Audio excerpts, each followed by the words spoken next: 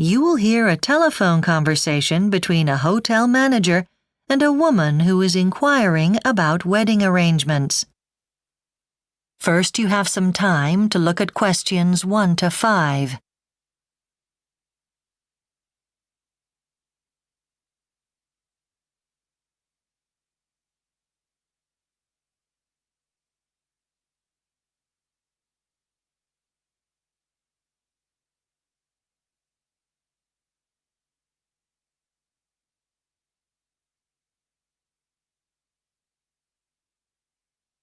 Now listen carefully and answer questions 1 to 5.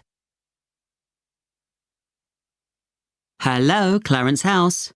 Oh, hello. I'm getting married next year and I understand you're licensed to hold weddings at the hotel. Yes, we are. Can I ask what date you were thinking of? Either the 1st or the 7th of June? Right, let me see. Oh, I'm afraid we already have a booking for the 7th, but we still have availability on June the 1st. That would be fine. So, how many guests are you going to be inviting? About 80. So, for that number, we'd recommend the Oxford Suite. I don't know if you've been to the hotel. Yes. In fact, I went to a wedding there a few years ago and I was really impressed. Very good. I think we were in the Oxford Suite then. The room where we were eating had big windows with really good views. You could see right across the city. That's it. And you'd have exclusive access to the garden. It'll be at its best in June. So we could have the photos there. Sure. In fact, you can even have the ceremony there if you want. It makes a lovely background. Oh, I hadn't thought of that. Yes, that's certainly an idea. And is there somewhere for dancing? Yes, there's plenty of space in the middle of the dining room. Oh, yeah, I remember now. So, just to give you an idea, would you like me to tell you about our special wedding package? Sure. Right. So, for 80 guests, you'd have the exclusive use of the Oxford Suite, as I said, and then a meal, so that would be in the dining room, and that would be a sit-down meal with 3 courses. And how's the room arranged? I seem to remember you have round tables. That's right. Most people prefer them to long tables. Long tables aren't really very friendly, are they? And what about decorations on the tables? They're included in the package, and we have white linen tablecloths and white chair covers. And we also include an individually designed menu specially printed for you. It's something that people can take away to remember the occasion. That's something we've just started doing this year. Oh, right. Before you hear the rest of the conversation, you have some time to look at questions 6 to 10.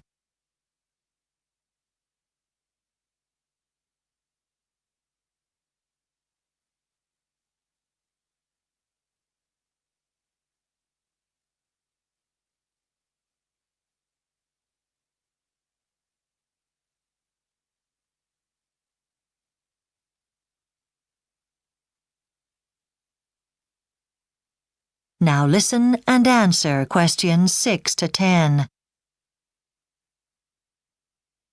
And then, towards the end of the evening, when everyone's beginning to run out of energy, we bring in a buffet. Nothing too complicated, just a selection of sandwiches together with tea or coffee. That's always very popular. Right. And we'll want some music. Is that included in the package?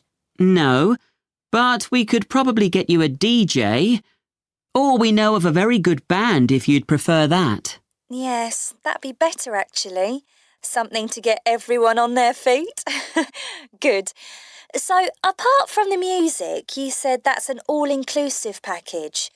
So, how much does that package come to?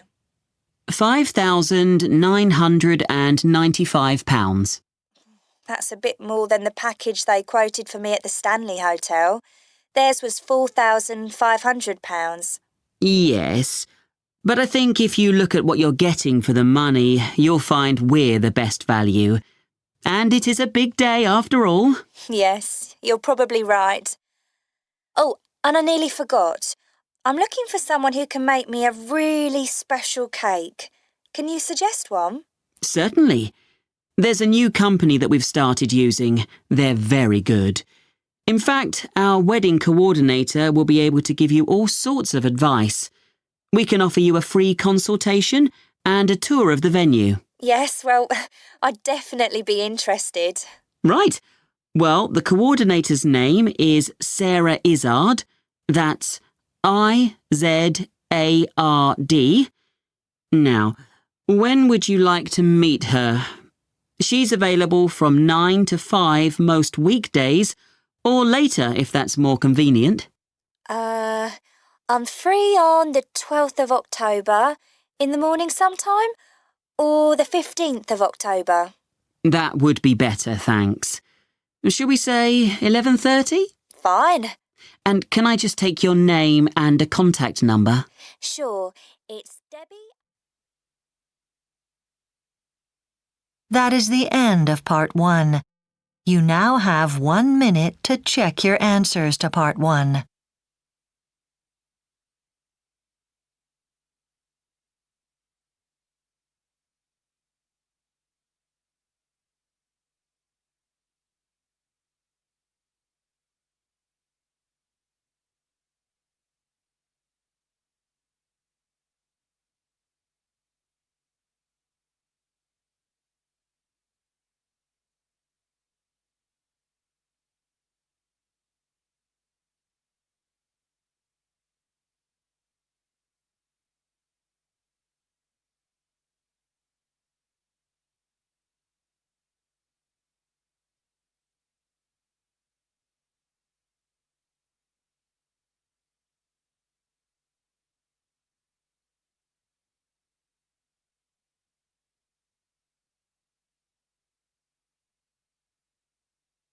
Part 2.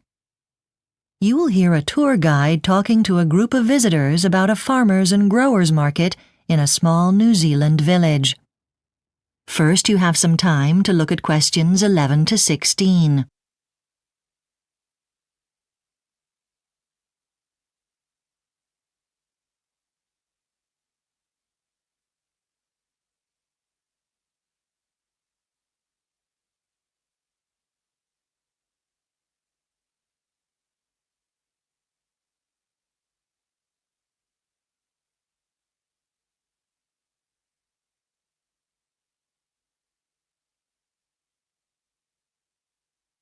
Now listen carefully and answer questions 11 to 16. Welcome everyone to this farmers and growers market in the quiet village of Havelock North. My name is Helen and I'm your guide for the morning. Before I let you go off and explore, I'll just tell you a few things first, which will help you know both what sort of products you will find here. There's everything from fresh produce to handcrafts, and then how to find your way around. Right, so what do people sell here? Well, for a start, there's some very nice hand cream from the far north, which is always a top seller abroad. Those of you visitors who come from other countries may like to take it back home with you as presents because the packaging is branded New Zealand and has pretty pictures on it of our native flowers. Now, there's also some very tasty jam available, although because it's made from blueberries, this product is quite dear, so you'll have to spend a little more than usual. Still, very delicious though. And for those of you who like your bath products gentle and suitable for sensitive skin, there are some non-allergenic soaps here. Not perfumed or coloured, just simple soap, through and through, made by hand the old-fashioned way with nothing artificial added. Now there are the candles for sale at a very reasonable price. They probably represent the top buy if you want your dollar to stretch as far as possible. They're just the colour of wax, so that's not too exciting, but they do come in all different sizes to suit different purposes. Just a couple more items for me to tell you about. There's great flavoured ice cream on offer.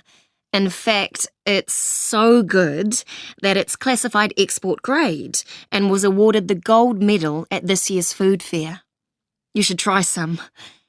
And finally, we've got shampoo, which comes in cute little blue, green and red bottles for 3 different hair types. The best thing about this product is that it's produced right here in Havelock North Village by a farmer's wife who started her own company. Before you hear the rest of the talk, you have some time to look at questions 17 to 20.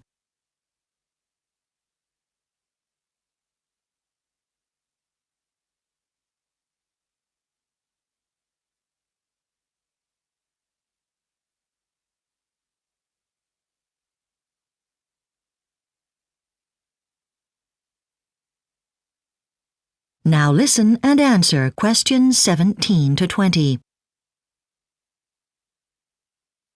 Right, so that's given you an idea of the sorts of products which are on sale at this market. Now, let's just give you a quick rundown on where to find everything. Then I'll let you go for a walk around to do your shopping. As you enter the market, through the gate here in front of us, at the bottom of the map you've been given, you'll see immediately that the farmers have set up their stalls out in a square in the middle of the vineyard. I know a few of you are interested in buying wooden handicrafts, so just to let you know that the stall is located on the far side of the walking track, opposite the entrance. There are some lovely toys for sale there, and also hand-carved wooden platters and bowls. Now, the first one you'd see to your left after entering, tucked away there by the gate, is the china stall, where there's an interesting display of old, second-hand or antique teacups and saucers. What else? Oh yes, the wool shop. For those of you who are wanting to take home a New Zealand sheepskin rug or a woolly jersey for the winter, can be found on your immediate right after you've gone in the entrance. There are some nice scarves and hats there too. Now, after all this shopping, you'll be needing a drink and something to eat. So go into the circular stand in the middle and you'll find a stall selling local wine, fruit juices and cordials. And that's the one at the centre top, furthest away from the main gate, and also a stall with lots of snack food to keep you going. Well, that's all from me, folks. Now, enjoy the market. That is the end of Part 2. You now have 30 seconds to check your answers to Part 2.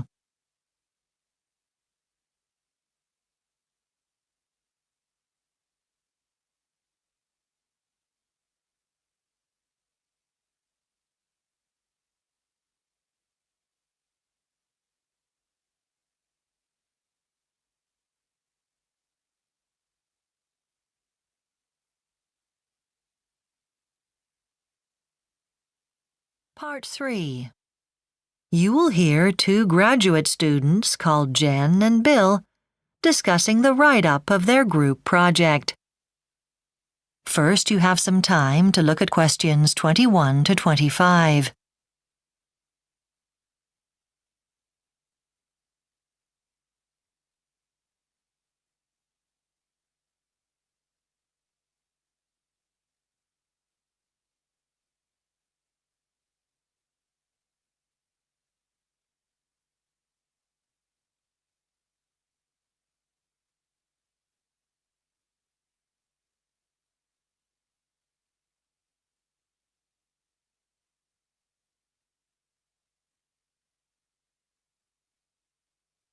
Now listen carefully and answer questions 21 to 25. What's up, Jen? How are you? Oh, hey, Bill. Where's everybody else? I don't know. You're the first to get here. Well, I hope they don't take too long. I have a class at noon. Why don't we at least discuss what we've completed and what's left to do? Sounds like a plan. Have you heard anything from Irene?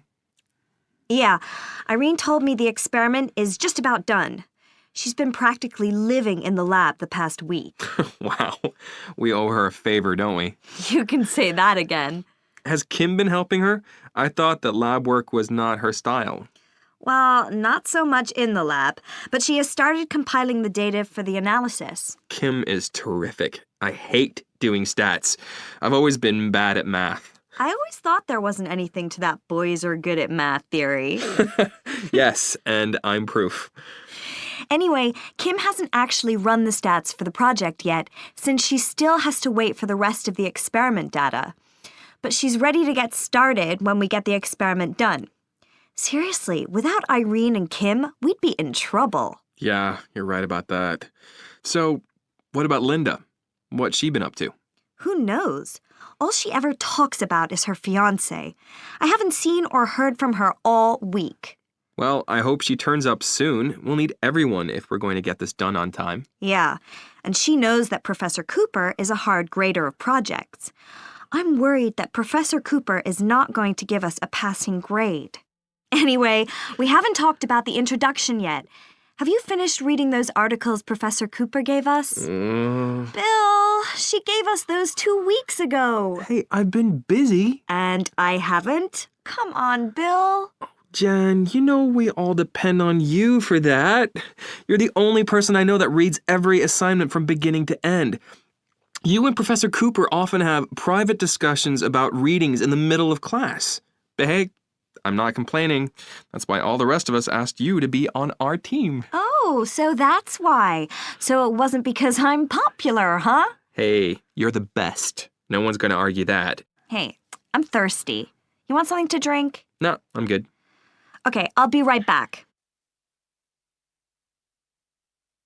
Before you hear the rest of the discussion, you have some time to look at questions 26 to 30.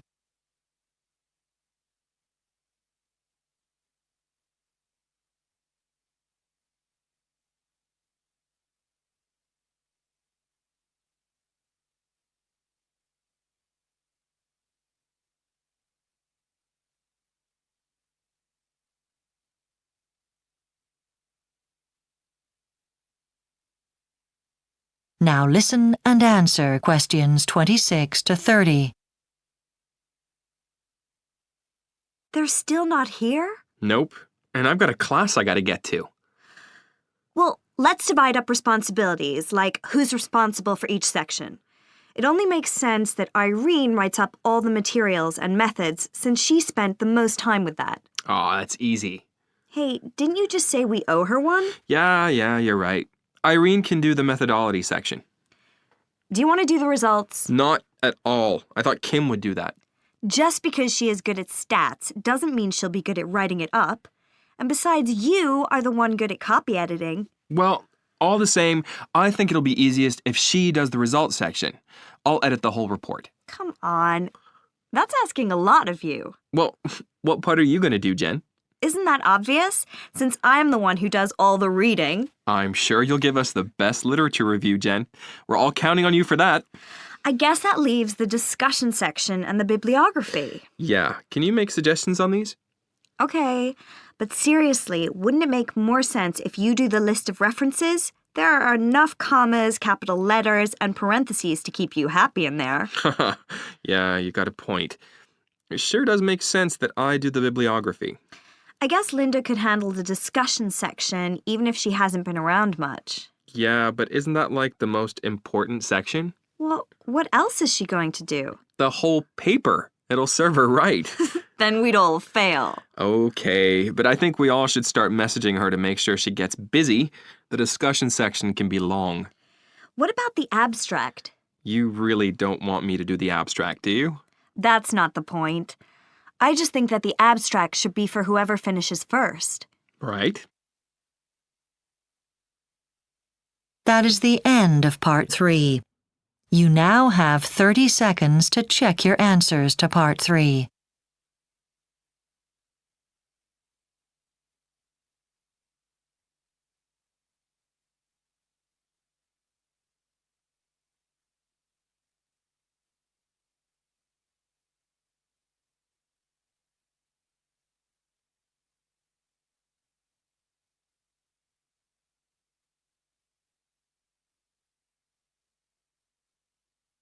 Part 4. you will hear a lecture on the influence of the car on urban development. First, you have some time to look at questions 31 to 40.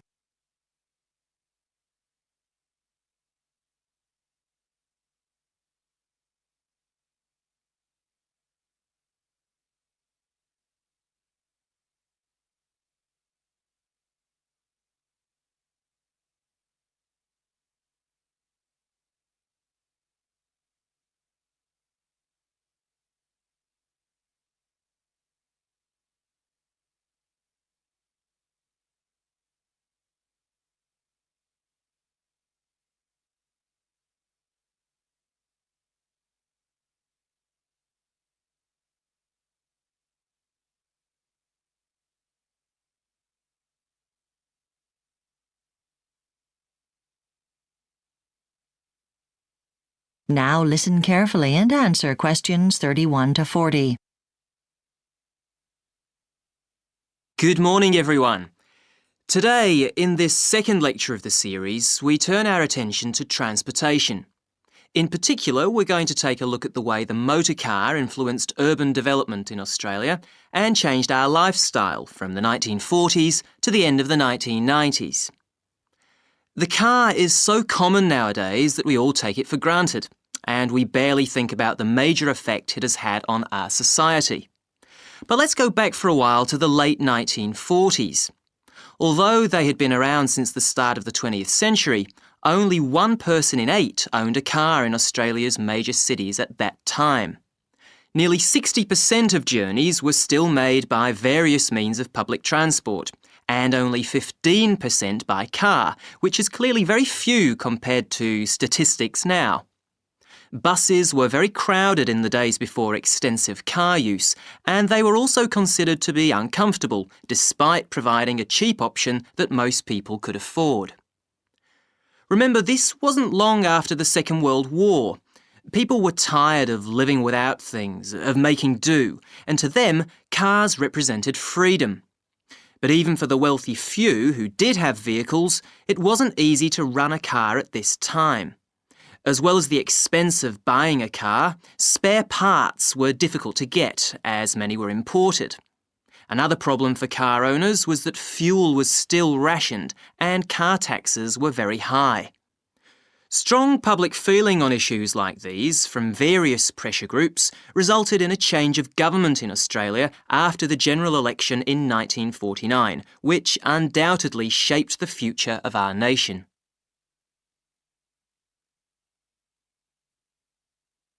In the 1960s, cheaper, more reliable cars became available, and this coincided with the rapid expansion of the suburbs.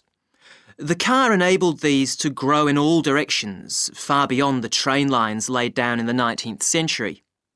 For the previous 150 years, the city centre had been a prestigious area, but the addition of cars made the main streets congested. This wasn't the only problem. Now they were polluted as well. Since these streets were usually straight, they tempted motorists to speed. So the layout of newer streets was affected by this change towards private transport. In the newer areas, roads were no longer built straight.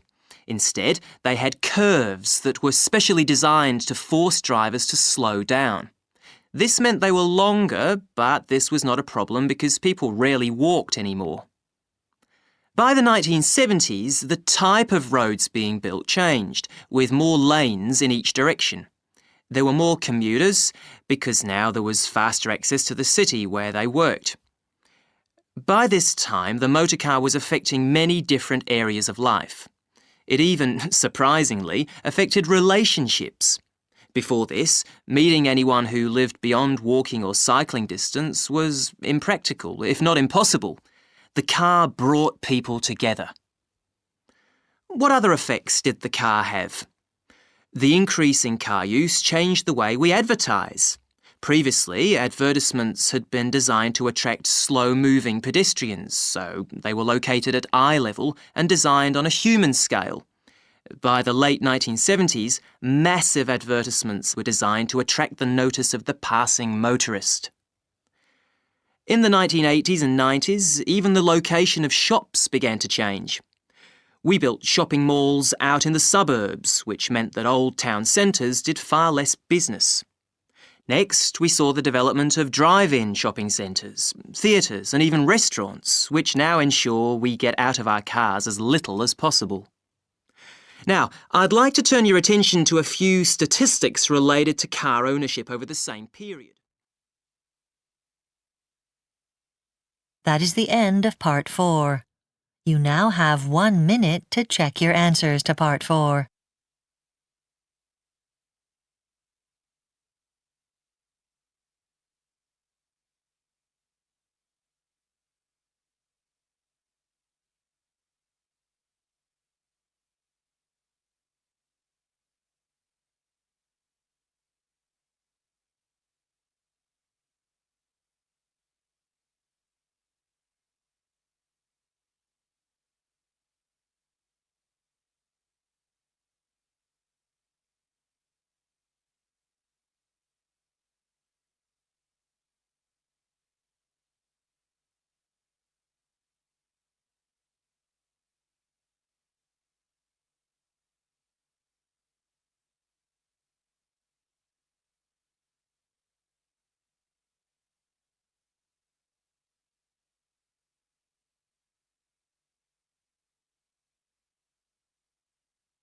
That is the end of the listening test.